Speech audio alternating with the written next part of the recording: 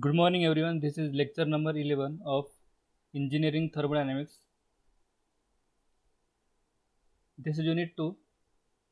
In the previous lecture we have seen some basic part of entropy. Now we'll see the theorem Clausius inequality. Here look at PV diagram. On PV diagram there is one process 1 to 2. Process 1 to 2 is reversible isothermal process.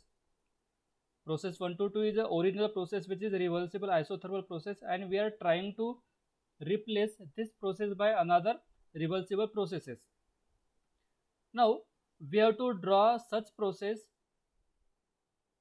in which area under the process will be equal to area under 1 to 2. Area under 1 to 2. Now look at the area under 1 to 2. If we draw one vertical line from point 1 and from point 2, we will get area under the process 1 to 2. Now to replace this process, we require more than one process. Consider another process 1 dash 2 dash. 1 dash 2 dash is another reversible isothermal process. But if we take the area under this curve will be quite different. Therefore, we are joining 1 dash with a previous isothermal reversible isothermal line by 1 1 dash and 2 2 dash. Now here you can see the area reduced by this region is increased by this region. Therefore, the area of 1 2 is equal to area 1 1 dash 2 2 dash. It means we can see that the area of 1 2 is replaced by area 1 1 dash 2 2 dash. Therefore, we can say the one reversible process can be replaced by series of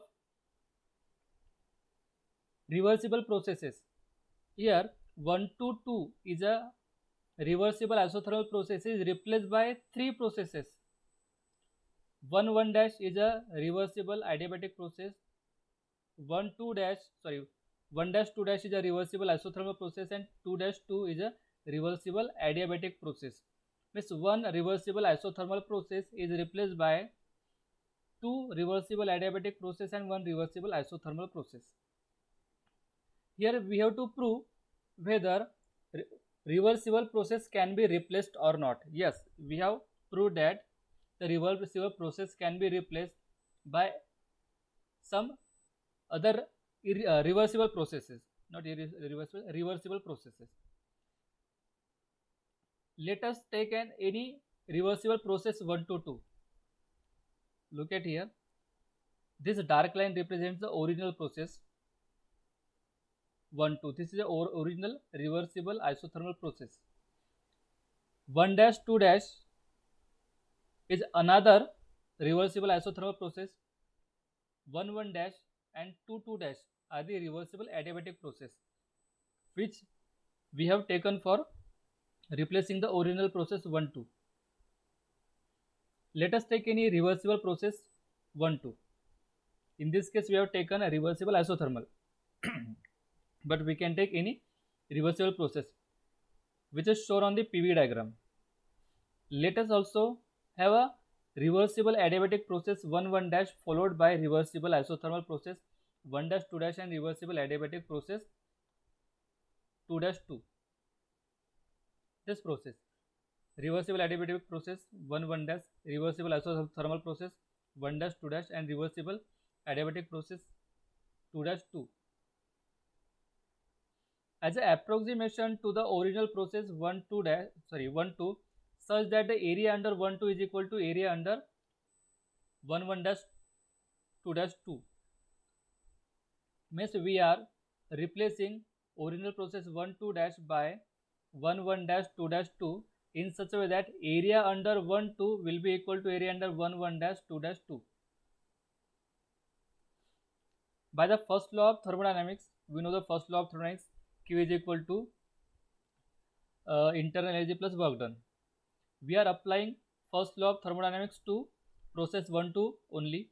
Therefore, Q12 is equal to U2 minus U1 plus W12. Remember, we have already seen why we are writing Q12, W12 and U2 minus U1. Actually, U2 minus U1 is a change in internal energy, and internal energy is a property, and properties depend upon final state and initial state. But Q and W, heat and work, are the path function, and path function has an inexact differential. Therefore, we write heat transfer from point 1 to 2 is Q12 and work done from point 1 to 2 as W12. Now, first law of thermodynamics applied to process 1 dash 2 dash 2 processes. Heat and work are the path function and internal energy is a point function. We already seen. Therefore, first law of thermodynamics to process 1 dash 2 dash 2 will be equal to Q is equal to change in internal energy plus work done. For process 1 dash 2 dash 2, it will be Q 1 dash 2 dash 2 is equal to U2 minus U1. Why we are writing U2 minus U1 again? Because internal energy depend upon final and initial state. Here, final state is 2 and initial state is 1 for both the process. If you take this process or this process, initial state is 1 and final state is 2. Therefore, internal energy is written as U2 minus U1 always. We have already quoted that work done for 1 2 is equal to work done for 1 dash 2 dash 2, because we have selected area in such a way that the area for process, original process and new process are same. Therefore, Q11 dash 2 dash 2 is also equal to Q12. In the path 1 dash 2 dash 2 during adiabatic process 1 dash and 2 dash, there are no heat interaction. Why there are no heat interaction during 1 dash and 2 dash? 1 dash and 2 dash are the reversible adiabatic process, and the adiabatic process are the one in which heat transfer is zero. Therefore, heat interaction is there is no heat interaction. So the total heat interaction is 1 2 is a getting occurred during isothermal process 1 dash 2 dash. 1 2 and 1 dash 2 dash are the reversible isothermal process. Therefore, heat transfer can take place in isothermal process only. In adiabatic process, heat transfer cannot take place. Hence, it is possible to replace any reversible process by series of reversible adiabatic, reversible isothermal and reversible adiabatic process between the same end state, provided the heat interaction and work involved remains same. In this, we have replaced one process by three process. We have replaced one reversible isothermal by two adiabatic and one isothermal process. But we have to keep heat interaction same and work done same. Therefore, we kept area under the curve same. Therefore, work done is same, and heat interaction is also same, because heat interaction can take place in isothermal process but not in adiabatic. Therefore, we selected adiabatic so that heat transfer should be zero in adiabatic process.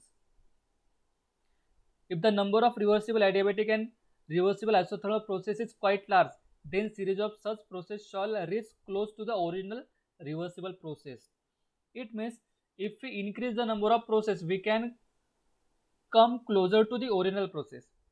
Therefore, the one process can be replaced by n number of other reversible processes. Let us undertake the kind of substitution for the process in the reversible cycle. Now consider one reversible cycle ABA. ABA is one reversible cycle. Now we have to replace this reversible cycle by more reversible cycle.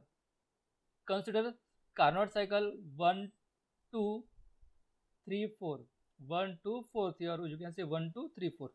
Carnot cycle 1 2 4 3 is a first Carnot cycle.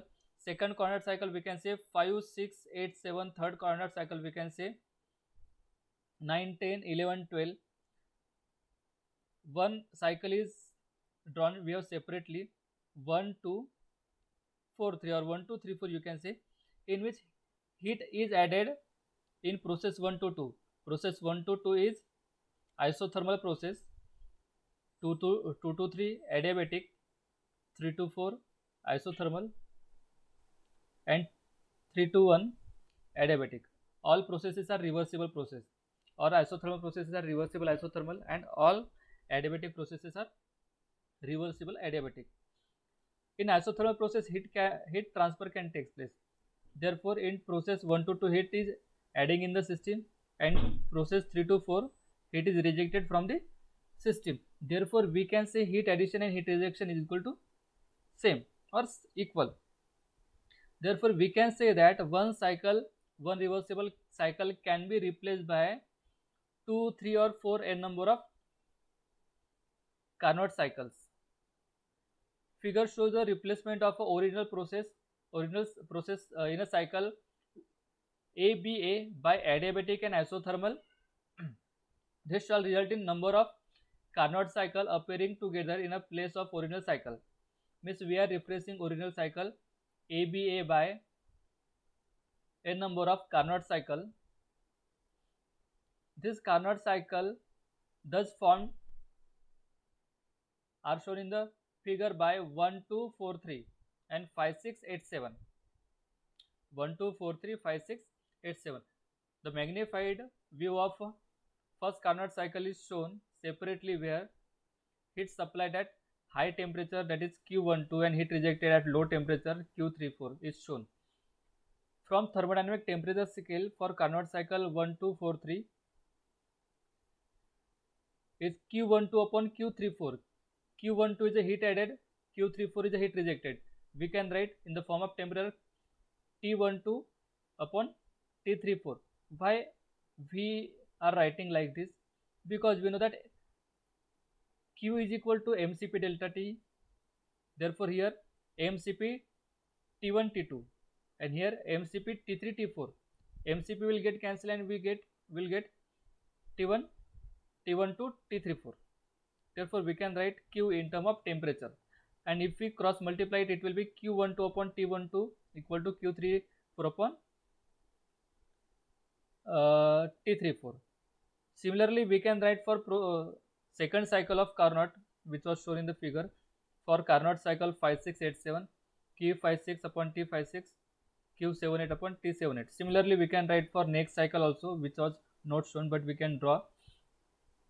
Now, taking the sign convention for the heat added and rejected, we know that for any reversible cycle, heat added plus heat rejected, or we can say entropy, change in entropy for any reversible cycle is equal to 0, and Q by T is the entropy. Therefore, entropy added and entropy rejected is equal to 0. Entropy added will take positive and entropy added will take negative. Therefore, this is a positive term, this is negative term. From positive term, if we subtract negative term, we will get 0. Similarly, for process 5, 6 and 6, 7. Here it is for process 1, 2, 3, 4, and here it is for process 5, 6 and 7, 8. Hence, if there is a n number of Carnot cycle replacing the original cycle, then we can write Q12 upon T12 plus Q34 upon T34 plus Q56 upon T56 plus Q78 upon T78. If there is third cycle, we can write here also. Therefore, we can say that one reversible can be replaced by n number of reversible Carnot cycle, or it can be given as a summation of ratio of heat interaction to the temperature at which it occurs being equal to 0. Therefore, summation of Q and T, summation of Q upon T is equal to 0 for reversible process. Summation of Q upon T is equal to 0, and this summation is equal to cyclic integration of delta Q upon T, which is equal to 0. If number of Carnot cycle is very large, then the zigzag path formed due to the replacement of adiabatic and isothermal shall be very close to the original cycle.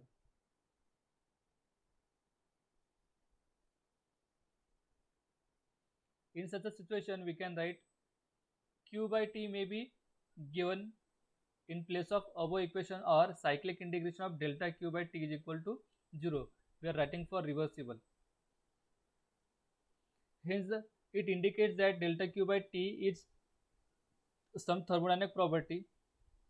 Above expression developed for the reversible heat engine cycle also remains valid for internally reversible engine. This cycle is valid for internally reversible and externally reversible both. In case of internal reversible engine, T shall be the temperature of working fluid at the time of heat interaction. Therefore, cyclic integration of, I am talking a delta Q, because we always write Q in term of delta. Cyclic integration of delta Q by T for internal reversible cycle is also equal to 0. Let us now try to find out what happen to cyclic integration of delta Q by T when we have an irreversible engine cycle. Let there be a reversible and irreversible heat engine operating between the same temperature limits such that heat added to them is same. For Carnot theorem, for both reversible and irreversible heat engine, we know that in reversible heat engine, heat added is equal to heat rejected, but in irreversible cycle, the heat rejection is greater than uh, or heat rejected is greater than the reversible cycle. Therefore, efficiency of reversible cycle is always greater than the efficiency of irreversible cycle. Therefore, efficiency of reversible here shown greater than efficiency of irreversible. If we write the formula of efficiency, we have seen the formula for efficiency of engine, that is work done upon heat supplied, and heat supplied is a Q add, and work done is a difference of heat supplied and heat rejected. Therefore, it will be Q add minus Q rejected. If we divide it by Q add, it will be Q add upon Q add 1 minus Q rejected upon Q addition. Therefore, direct formula is written 1 minus Q rejected upon Q addition. This is a formula for efficiency of reversible cycle, and we know that efficiency of reversible cycle is greater than efficiency of irreversible cycle. And here we are comparing efficiency of reversible and irreversible cycle for same heat addition. Even though for same heat addition to reversible and irreversible cycle, we have to show that heat rejected for irreversible cycle is greater than heat rejected in reversible cycle.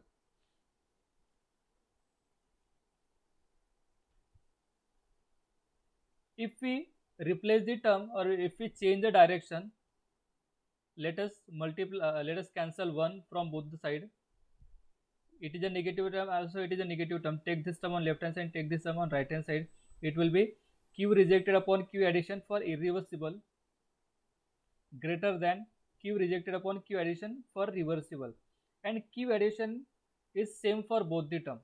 Q addition is same for both the term for same heat addition. Therefore, Q added for reversible is equal to Q added for irreversible, equal to, we can write Q addition. Therefore, if we cancel this denominator, then Q rejected in reversible cycle will be greater than Q rejected in reversible cycle. Here we have written Q rejected in irreversible cycle is greater than Q rejected in reversible cycle. If we divide by, if we take this term on denominator of this term, it will be Q rejected in a irreversible cycle upon Q rejected in reversible cycle is always greater than 1. The ratio of heat rejected during irreversible and reversible cycle will always be greater than 1, because heat rejected during irreversible cycle is more than heat rejected in reversible cycle. Therefore, the efficiency of irreversible cycle is less than reversible cycle. For above thermodynamic temperature scale, Q addition upon Q rejected for reversible cycle is equal to T addition upon T rejected. Upon substituting, we get Q rejected for irreversible upon Q addition is greater than T rejected upon T addition. Therefore, Q rejected for irreversible cycle upon T rejected cross multiply is greater than Q addition upon T addition, or we can say on substituting the sign convention, if we take this on the left hand side, the sign of this term will be minus and this term is negative, and if you multiply negative it will get, because rejected is always negative, therefore Q addition upon T addition plus Q rejection for irreversible upon T rejection upon T rejected is less than 0, or Q addition in irreversible process upon T addition plus Q rejection in irreversible process upon T rejected less than 0. If it is given in the form of cyclic integral, therefore cyclic integration of delta Q by T for irreversible process is always less than 1. We have already seen the cyclic integration of delta Q by T for reversible is equal to 0, but for irreversible it is less than 0. This is the Clausius theorem. Now combining for reversible and irreversible path, it can be given as cyclic integration of delta Q upon T will be less than or equal to 0. Equal to 0 for reversible process and less than for irreversible process. Therefore, this is called Clausius inequality theorem. Here, delta Q cyclic integration of delta Q by T is equal to 0 for reversible, and cyclic integration of delta Q by T is less than for irreversible. And third condition can be cyclic integration of delta Q by T greater than 0, but such process is not possible. Such process is not possible. Cyclic integration of delta Q by T cannot be greater than 0. If it is coming greater than 0, means process is not possible. It should be 0 or less than 0. 0 for reversible process and less than 0 for irreversible process. Now, property is entropy is a property of system. We will see this part in the next lecture. Okay, we'll conclude this lecture up to the Clausius inequality theorem. Actually, we have to derive, or we have to come to the conclusion for the reversible and irreversible process. What is the cyclic integration of entropy for reversible, irreversible, and impossible cycle? Because there are some numerical in which we have to identify whether the process is reversible, irreversible, or impossible process.